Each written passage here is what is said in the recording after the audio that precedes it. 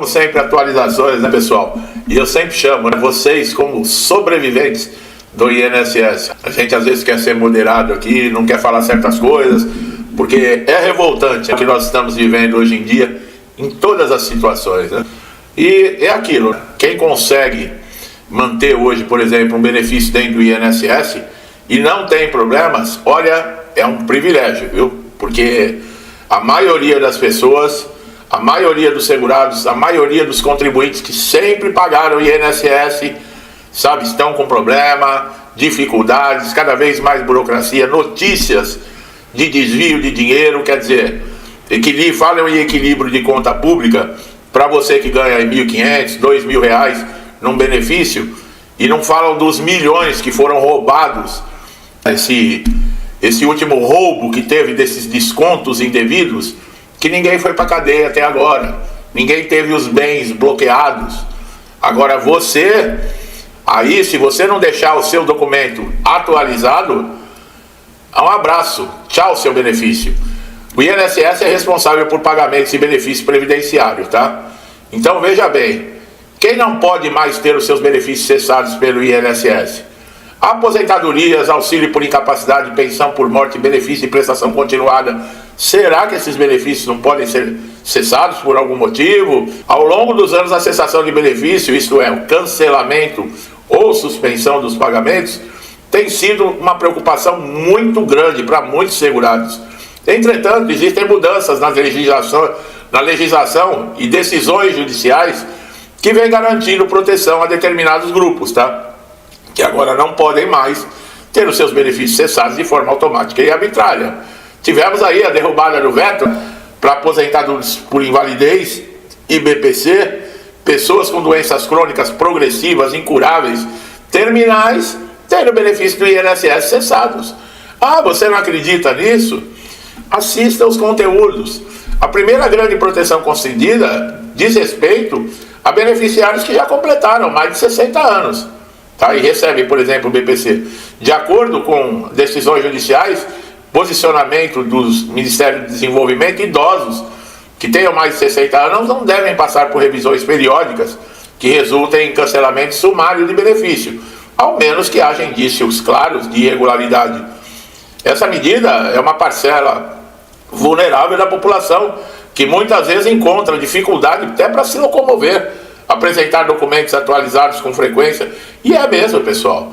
Como é que você pode pegar uma pessoa, a lei 13.846, ela protege, né, o aposentado por invalidez, a incapacidade total e permanente, quem tinha acima de 60 anos, quem tinha 55 anos ou mais e recebia o benefício há mais de 15 anos, e portadores de HIV. Mas isso deve ser estendido, porque é um absurdo isso. Outro grupo que passou a contar com maior proteção aí são pessoas com deficiência que recebem o BPC. A legislação já previa que essas pessoas deveriam passar por revisões a cada 2 anos, mas a prática tem sido flexibilizada. Recentemente aí, o Supremo Tribunal Federal e o STJ reforçaram que o corte de benefício por falta de atualização cadastral ou não comparecimento à perícia não pode ser automático e sem ampla defesa do contraditório. Tá? A suspensão só pode ocorrer após o INSS garantir o direito de resposta. E eles falam que eles dão direito de resposta, sabe como? Você entrar na junta de recursos, aí você entra numa análise interminável e que geralmente mais de 95% de quem recorre a essa junta de recursos não muda nada, tá? É o corporativismo, tá? Amiguinhos lá. Você acha que o funcionário e o pessoal da junta de recursos vão arrumar encrenca um com o outro? Vai ficar um ambiente estranho por sua causa, que aparece lá para fazer uma perícia?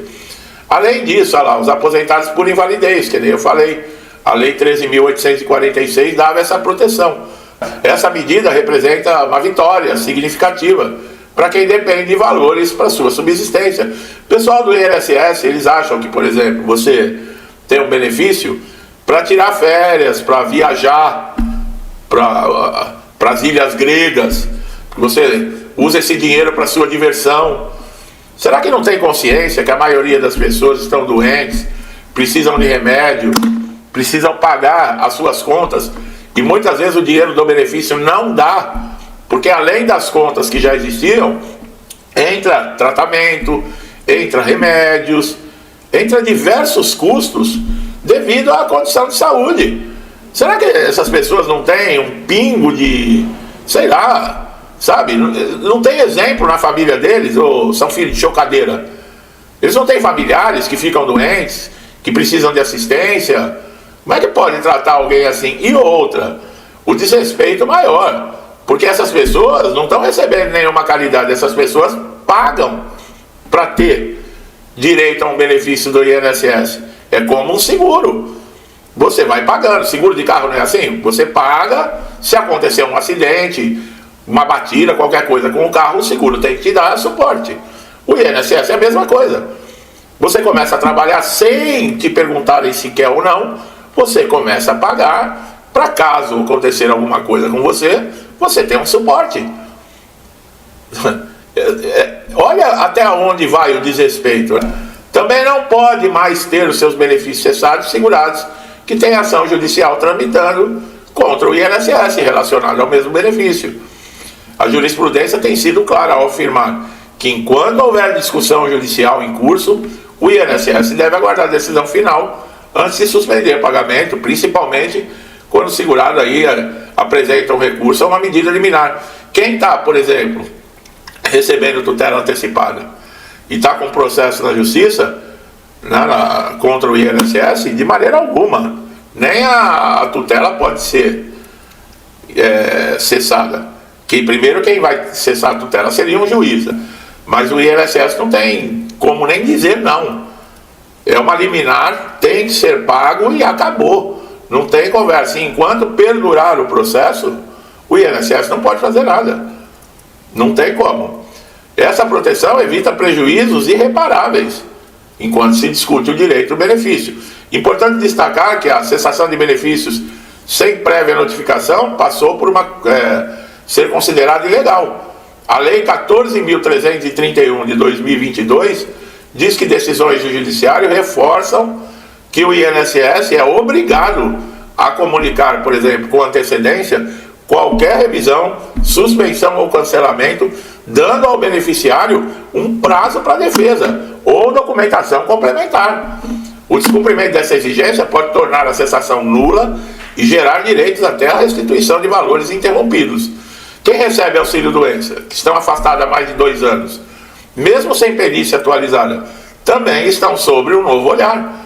Diversas situações, o INSS ele não pode mais cessar o benefício sem oferecer meios para a realização da perícia, como agendamento facilitado, uma perícia domiciliar para aqueles que não podem e não têm condições de comparecer às agências, que têm problema de mobilidade, a responsabilização do segurado pela ausência na perícia, quando não há estrutura para viabilizá-la, tem sido cada vez mais questionada. O INSS convoca, mas o segurado muitas vezes está hospitalizado, passou por cirurgia, não consegue andar, não consegue se locomover, nem pode muitas vezes, né? A implementação de Pente Fino aí, que eles dizem que visa verificar se todo mundo que recebe benefício realmente ainda permanece na condição de incapacitado. Só que a gente sabe que o negócio é para... Estão gastando demais, estão tirando dinheiro de tudo quanto é lugar para tapar os buracos. Gastaram muito e agora estão tentando tapar os buracos, tá? Pior de tudo é que eles tentam tapar os buracos com o dinheiro de quem mais precisa. Essa é a situação. Pessoas com transtornos mentais, por exemplo, esquizofrenia, autismo severo, doenças degenerativas cognitivas, também passaram a ter maior proteção. Olha aí, ó, quem me pergunta com relação ao autismo, tá? Em muitos casos, decisões judiciais têm impedido o cancelamento de benefícios assistenciais ou por incapacidade concedida a essas pessoas, especialmente quando a condição de saúde ela é permanente e é irreversível, o que torna a exigência das perícias periódicas desnecessárias e é até desumano isso. A pessoa já está numa situação, você vai convocar para perícia para quê? Para o perito humilhar, desrespeitar, só para isso? Agora, uma coisa, pessoal, que vocês têm que ficar atentos, tá?